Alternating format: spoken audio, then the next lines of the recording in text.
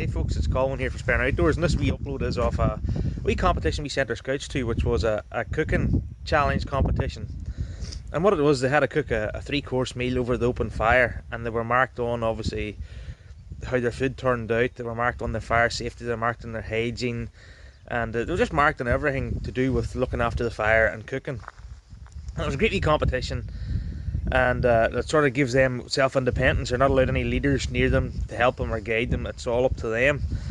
And you know, all the patrols that attended had a great time, and they all put out some fantastic food. So here's a few snapshots of the wee cooking competition, some photos and some short videos. We couldn't get up close because obviously there was no leaders allowed on site to sort of influence the scouts, which just makes it fair, and it's the best way to be. So have a wee look and see the wee clips that I've got. So here, thanks for watching, guys.